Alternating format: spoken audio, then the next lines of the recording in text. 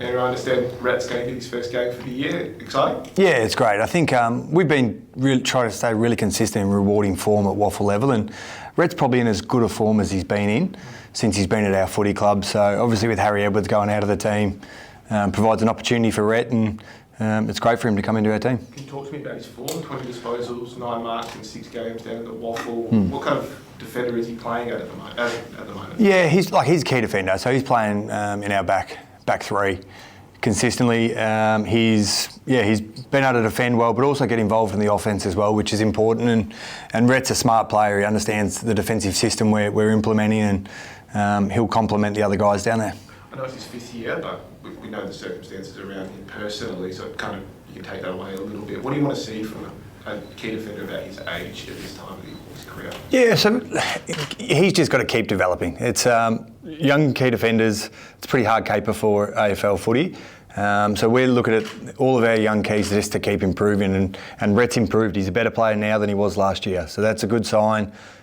He's now been rewarded with an AFL opportunity, and we just want him to compete as hard as he can and really help our team defend and stop scores. He looks like he's had a bit of size as well, like he's quite, strong at the moment. Yeah, he is. He's working hard at it. He's had a good run health-wise for a long period of time now. He had his challenges physically early, but he's in good spot, and looking forward to him playing. How tempted were you to bring Elijah Stewart back in after such a strong game down the Waffle? Yeah, Elijah played well. It was a step in the right direction for sure, so we're pleased with that.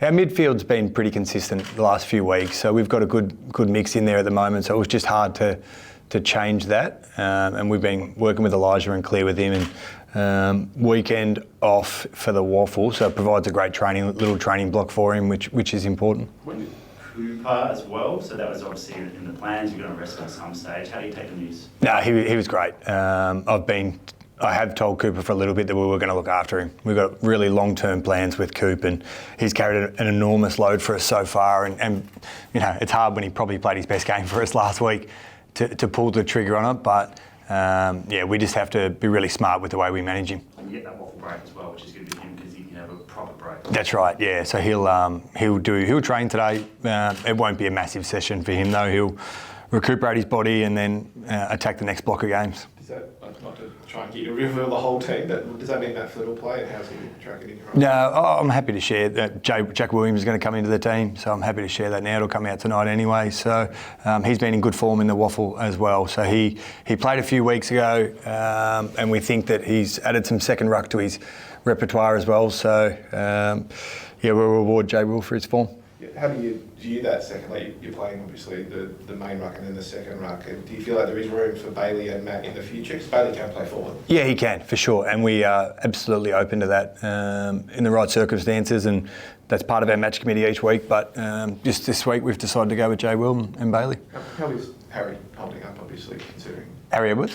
Yeah, he's good. He's in really good spirits. He's been in the club this week, so we understand there's some hurdles ahead for Harry. We don't know exactly what that looks like yet, but we'll keep supporting him, and hopefully he can be back playing footy for us soon. And Jamie, how's he tracking? Yeah, Cripper's good. So he's been came into work a couple of days ago. He's sore.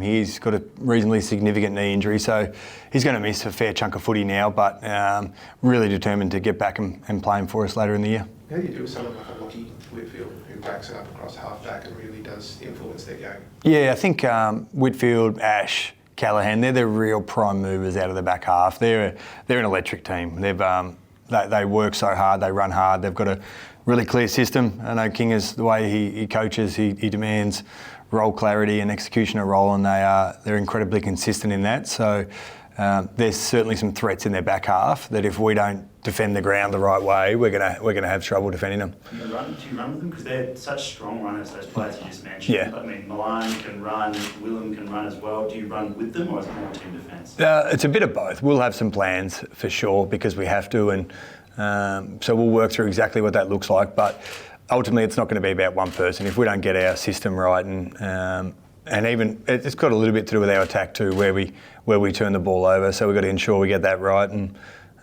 provide our forwards best opportunity they can to score or keep the ball in. How happy were you not to see see Jay Hogan on that team and stuff, what he did last year. I think it was around 4 or 3. Yeah, early in the year. Yeah, I think we did kick 10, so 9. Yeah, it's, look, you know, you never wish for good players not to play against you, but I was quite pleased when he wasn't named. But in saying that, they've got some, you know, Cadman's in great form, Stringer's in great form. They've got some real threats that's still down there, so they're not lacking for talent. And what about Toby, someone who's quite aggressive, can move into the midfield?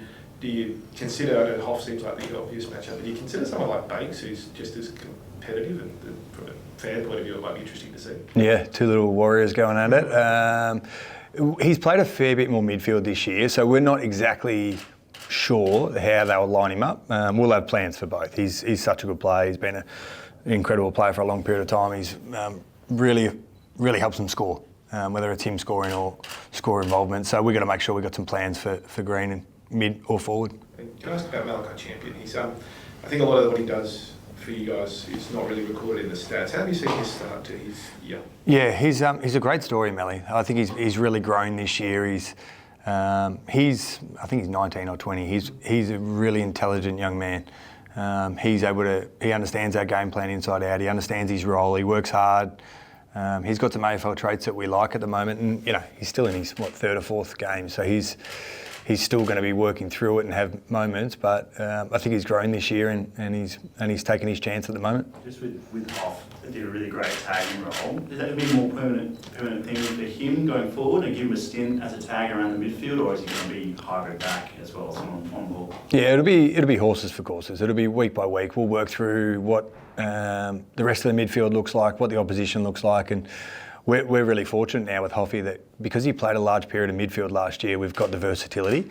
I see that as a real strength for our team and for him, and we've got guys like Tom McCarthy in our back line also that can play midfield. So we'll just work out what each team we're coming up against and what their strengths are, and try and position him accordingly. The fixtures came out yesterday for the rest of us. What did you make of the 2 Friday night games? Are you excited by having the ability to play in prime time with a young group? Yeah, I think it's like awesome for our footy club, awesome for our guys to play in that time slot, because that's when the most eyes are watching. So it's a brilliant opportunity. Our responsibility is to come up and compete and perform when we get that chance. But a lot of our young guys might not have played in many night games, so it'll be a bit different preparation. But that's where a lot of finals are played, lots of those big games. So to get a taste of it would be great. A lot of people will complain about the early starts in the Melbourne games, but obviously from a team point of view, they're so valuable, aren't they, to be able to get home that night? Yeah, I think that's the biggest reason why we do it interstate. So we get home at a reasonable. We obviously log the most travel hours with Freo in the competition. So we spend the most nights away from our comforts at home. So to be able to get home is really important to us. Especially with a young group, I'm assuming like the recovery time. Like they're getting used to the AFL. Young blokes recover pretty well anyway, they're fine. It's probably just for us old coaches and a few of the old crew. Is there any temptation, this might be a dumb question, to actually train at night? If you're saying a lot of the young players can play at night, can you get off the stadium at night, or is that just, in terms of sports management and health, is that just a dumb thing to do? No, not at all. It's definitely something we're looking at and planning. Yeah, no dumb questions, and that's a good question. So no, we're looking at it. It is important for their preparation, how they spend their day. It's quite different playing at night time rather than 1:10 or 2:10 or whatever it is during the day. So it's an option for us that we're looking at.